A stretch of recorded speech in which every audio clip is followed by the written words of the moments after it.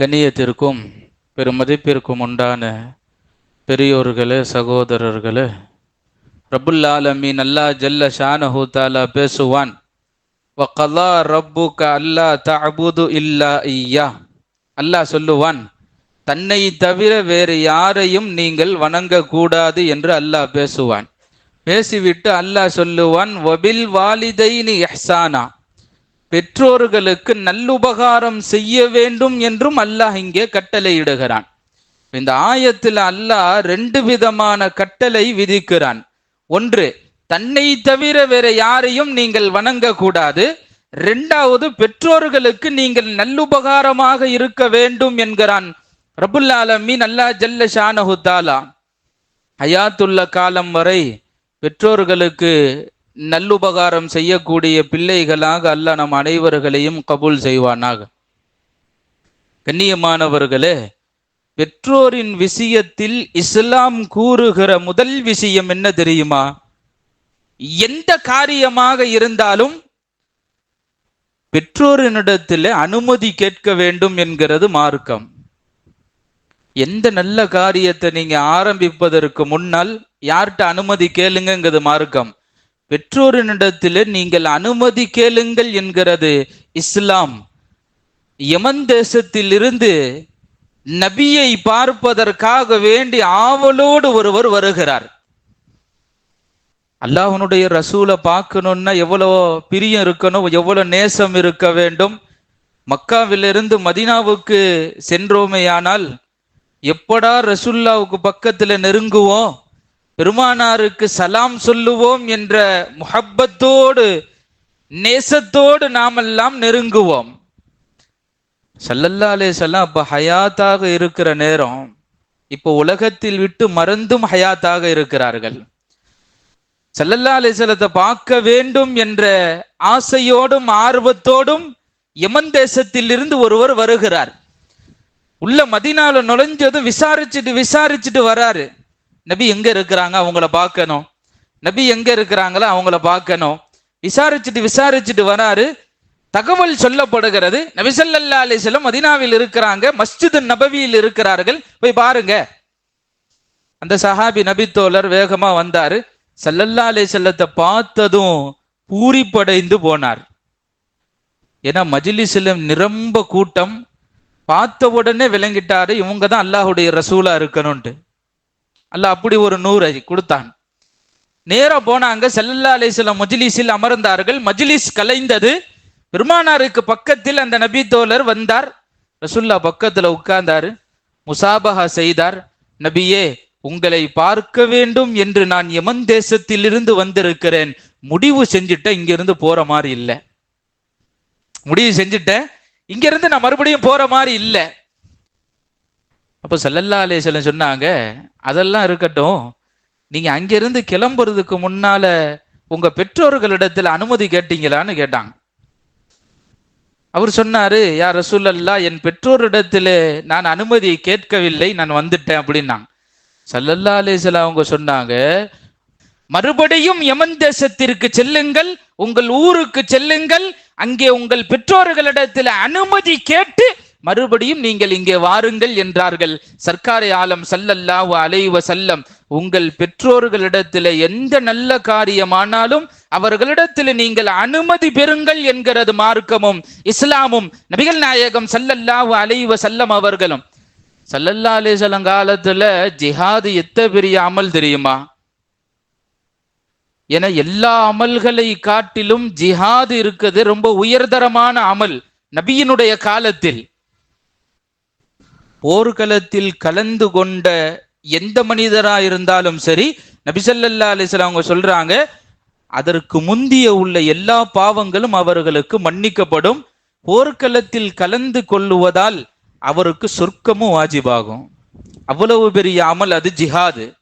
ஸல்லல்லாஹு அலைஹி வஸல்லம் சொன்னாங்க, ஒரு நபி தோழர் வந்தார். பெருமானார் ரசூல் ஸல்லல்லாஹு அலைஹி வஸல்லம் அவரிடத்துல, யா ரசூல் அல்லாஹ், நானும் வாலிபனாக இருக்கிறேன், என்ன களத்துல விட்டீங்க அப்படின்னா பல பேரை நான் களத்தில் சந்திக்கக்கூடிய அளவிற்கு எனக்கு தைரியம் இருக்கிறது, திடகாத்தம் இருக்கிறது, போர் யுக்தி எனக்கு தெரியும், யா ரசூல் அல்லாஹ், எனக்கு அனுமதி கொடுங்க, இந்த போர்ல நானும் கலந்துக்கிடணும் என்று ஒரு நபி தோழர் கேட்டார்.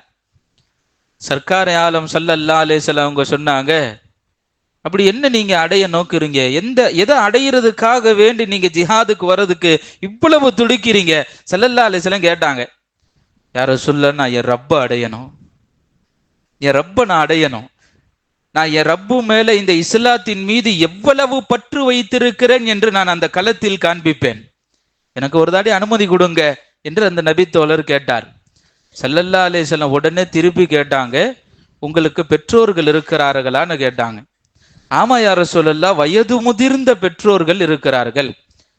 ரொம்ப வயது முடிந்தவர்களா? ஆமா யா ரசூலல்லாஹ். அப்படின்னா நீங்க உடனே போங்க, போருக்கெல்லாம் ஒன்றும் வர வேணாம். உங்க வயது முதிர்ந்த பெற்றோர்களுக்கு நீங்கள் உபகாரமாக இருங்கள், அவர்களுக்கு பணிவிடை செய்யுங்கள், அவர்களிடத்தில் நல்ல முறையில் அழகிய முறையில் நடந்து கொள்ளுங்கள். உடனே திருப்பி அந்த சஹாபி கேட்டது என்ன தெரியுமா? யா ரசூலல்லாஹ், ஜிஹாதினுடைய நன்மைக்காக வேண்டிதான் இங்க வந்தேன். ஸல்லல்லாஹு அலைஹி வஸல்லம் அடுத்து சொன்ன வார்த்தை என்ன தெரியுமா? நீ அங்கே செல், உன் தாய் தந்தைகளுக்கு பணிவிடை செய், அழகிய முறையில் நடந்து கொள், இந்த நன்மையை அங்கே பெறுவாய் என்றார்கள். இந்த நன்மை உனக்கு அங்கே கிடைக்கும். நாங்க சர்க்கார் ஆலம் ஸல்லல்லாஹு அலைஹி வஸல்லம், ஸல்லல்லாஹு அலைஹி வஸல்லம் கனவு பார்த்தாங்க. கனவுல சொர்க்கத்தை பார்த்தாங்க. சொர்க்கத்தில் பெருமானார் ரசூல் ஸல்லல்லாஹு அலைஹி வஸல்லம் உள்ள நுழைஞ்சதும் குர்ஆன் ஓதுகிற சப்தம் கேட்கிறது.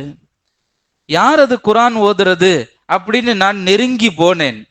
இது யார்கிட்ட சொல்றாங்கன்னா ஆயிஷா அம்மாட்ட சொல்றாங்க. நான் கனவு பார்த்தேன், கனவுல சொர்க்கத்திற்குள்ளால் நுழைந்தேன். உள்ள நுழைஞ்ச சொர்க்கத்திலையும் ஒருத்தர் என்ன ஓதுறாரு? குர்ஆன் ஓதுறாரு. ஆயிஷா அம்மா பக்கத்துல இருந்தவங்க கேட்டாங்க, யா ரசூலல்லாஹ், சொர்க்கமும் கிடைச்சு அந்த சொர்க்கத்துல குர்ஆன் ஓதுகிற நசீபும் கிடைச்சது, அது யாருன்னு கேட்டாங்க ஆயிஷா அம்மா.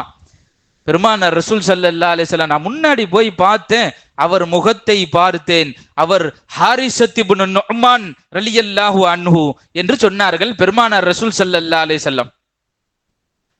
சொல்லிட்டு ஸல்லல்லாஹு அலைஹி வஸல்லம் போயிட்டாங்க. ஆயிஷா அம்மாவுக்கு ஒரே படபடப்பு. சொர்க்கமும் நசீபாயி சொர்க்கத்துல குர்ஆன் ஓதுற அந்த நசீபு ஹாரிஸத் இப்னு நுஅமான் ரலியல்லாஹு அன்ஹு கிடைச்சிச்சு. அது எப்படி கிடைச்சிச்சு? பெருமானார் ரசூல் ஸல்லல்லாஹு அலைஹி வஸல்லம் மறுபடியும் வந்த உடனே கேட்டாங்க, யா ரசூலல்லாஹ், அந்த நன்மை அவருக்கு எப்படி கிடைத்தது?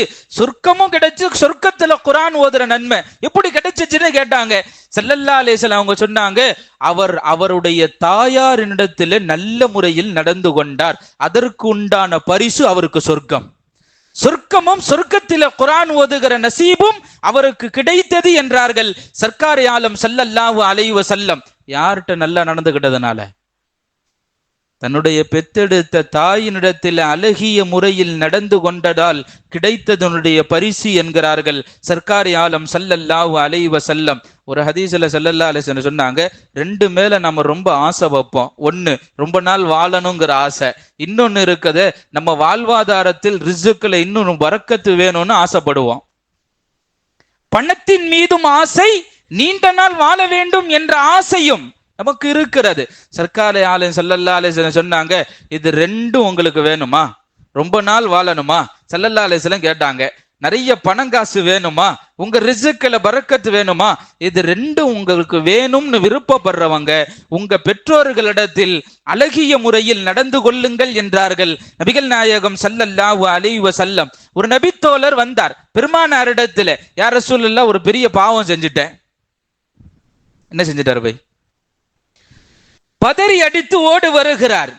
யா ரசூலல்லாஹ், நான் ஒரு பெரிய பாவத்தை செய்து விட்டேன், என்னை மன்னித்துக் கொள்ளுங்கள், அல்லாஹ் என்னை மன்னிப்பானா என்று ஒரு நபித்தோழர் வருகிறார். ஸல்லல்லாஹு அலைஹி வஸல்லம் அவங்க சொன்னாங்க, உனக்கு தாய் இருக்கிறாரா என்று கேட்டார்கள். அவர் சொன்னாரு, இல்ல தாய் இல்ல. தந்தை இருக்கிறாரா? இல்ல தந்தை இல்ல, பெற்றோர்கள் யாரும் இல்லை யா ரசூலல்லாஹ். அப்படின்னா தாயினுடைய சகோதரி இருக்கிறாரா? அப்படின்னா யார் பை? சில பேர் ஹாலான்னு சொல்லுவாங்க, சில பேர் சின்னமான்னு சொல்லுவாங்க. தாயினுடைய சகோதரி இருக்கிறார்களா? அவர் சொன்னார், ஆமா, என்னுடைய ஹாலா இருக்கிறார்கள், தாயினுடைய சகோதரி இருக்கிறார்கள். செல், உன் தாயினுடைய சகோதரி இடத்திலே அழகிய முறையில் நடந்து கொள், அவர்களுக்கு பணிவிடை செய், அவர்களை கண்ணியப்படுத்து, அப்பொழுதுக்கு அப்பொழுது அவருக்கு நீ உபகாரம் செய், உன் பாவத்தை அல்லாஹ் மன்னிச்சிருவான். பாவங்கள் மன்னிக்கப்படுவதற்கு பெற்றோர்களுடைய பணிவிடையும் அவர்கள் ஒத்த வயதுடைய கூட பிறந்த சகோதர சகோதரிகளிடத்திலே அழகிய முறையில் நடந்து கொள்ளுவதால் நம்மளுடைய பாவங்கள் மன்னிக்கப்படுகிறது என்றார்கள் சர்க்கார் ஆலம் ஸல்லல்லாஹு அலைஹி வஸல்லம். இறுதியாக ஒரு ஹதீஸை சொல்லி நான் முடிக்கிறேன். ஜிப்ரீல் அலைஹிஸ்ஸலாம் ஒரு துவா செஞ்சாங்க, ஸல்லல்லாஹு அலைஹி வஸல்லம் ஆமீன் சொன்னாங்க. அது 3 விஷயம். நான் ஒரு விஷயத்தை மட்டும் சொல்றேன். பெருமானார் ரசூல் ஸல்லல்லாஹு அலைஹி வஸல்லம் அவர்கள் ஆமீன் என்றார்கள். ஜிப்ரீல் அலைஹிஸ்ஸலாம் இப்படி ஒரு துவா செஞ்சாங்க, யார் பெற்றோர்களில் இருவரில் ஒருவரோ அவர்களை அடைந்து, 2 பேரா இருந்தாலும் சரி ஒரு ஆளா இருந்தாலும் சரி, இவர்கள் பெற்றோர்களில் இருவரையோ அல்லது ஒருவரையோ அடைந்து அவர்களுக்கு பணிவிடை செய்து அவர்களிடத்தில் அழகிய முறையில் வாழ்ந்து அவர்களிடத்தில் துவாவை பெற்று சொர்க்கத்தை பெறவில்லையோ அவர் அல்லாஹ்வினுடைய அருளை விட்டும் தூரமாகட்டும். நாங்க ஜிப்ரீல் அலைஹிஸ்ஸலாம், அல்லாஹ்வினுடைய அருளை விட்டு ஒரு மனுஷன் தூரமானான்னா அவனை விட பெரிய நஷ்டவாளி வேற யாரும் கிடையாது. சுருக்கமா சொல்லணும்னா அவன் நாசமா போட்டுன்னாங்க.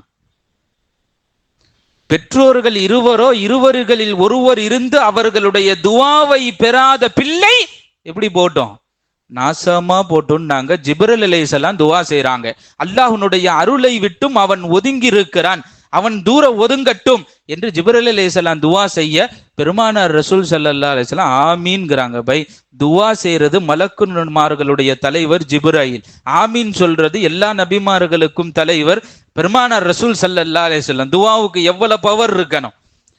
அல்லாஹ் ஹயாத்துள்ள காலம் வரை பெற்றோர்களிடத்தில் அழகிய முறையில் நடக்க அல்லாஹ் நமக்கு தௌஃபீக் செய்வானாக. அவர்களுடைய துவாவை பெற அல்லாஹ் நமக்கு தௌஃபீக் செய்வானாக. அவர்கள் மரணித்து விட்டாலும் அவர்களிடத்தில் நல்ல முறையில் நடந்து கொள்ளக்கூடிய பக்குவத்தை ரப்புல் ஆலமீன் அல்லாஹ் ஜல்ல ஷானஹு தஆலா நம் அனைவர்களும் கொடுத்து அவர்களுடைய துவாவுக்கு பாத்திரமானவர்களாக அல்லாஹ் நம் அனைவர்களையும் ஆக்கி அருள் புரிவானாக. ஸல்லல்லாஹு அலைஹி வஸல்லம் சொன்னது போல் சொர்க்கம் உன் தாயினுடைய காலடியில் இருக்கிறது, அங்கே பணிவிடை செய்து நீ தேடிக்கொள் என்றார்கள் சர்க்காரே ஆலம் ஸல்லல்லாஹு அலைஹி வஸல்லம். அந்த பெற்றோர்களை கண்ணியப்படுத்தி அவர்களுடைய வார்த்தைகளுக்கு மதிப்பு கொடுத்து அவர்களை திட்டாமல் எந்த விதமான என்ற வார்த்தை கூட சொல்லிவிடாமல் அவர்களுடைய துவாவை பெற அல்லாஹ் நம் அனைவர்களுக்கும் தௌஃபீக் செய்வானாக. வாஹிர் தாவானான் அல்ஹம்துலில்லாஹி ரபில் ஆலமீன்.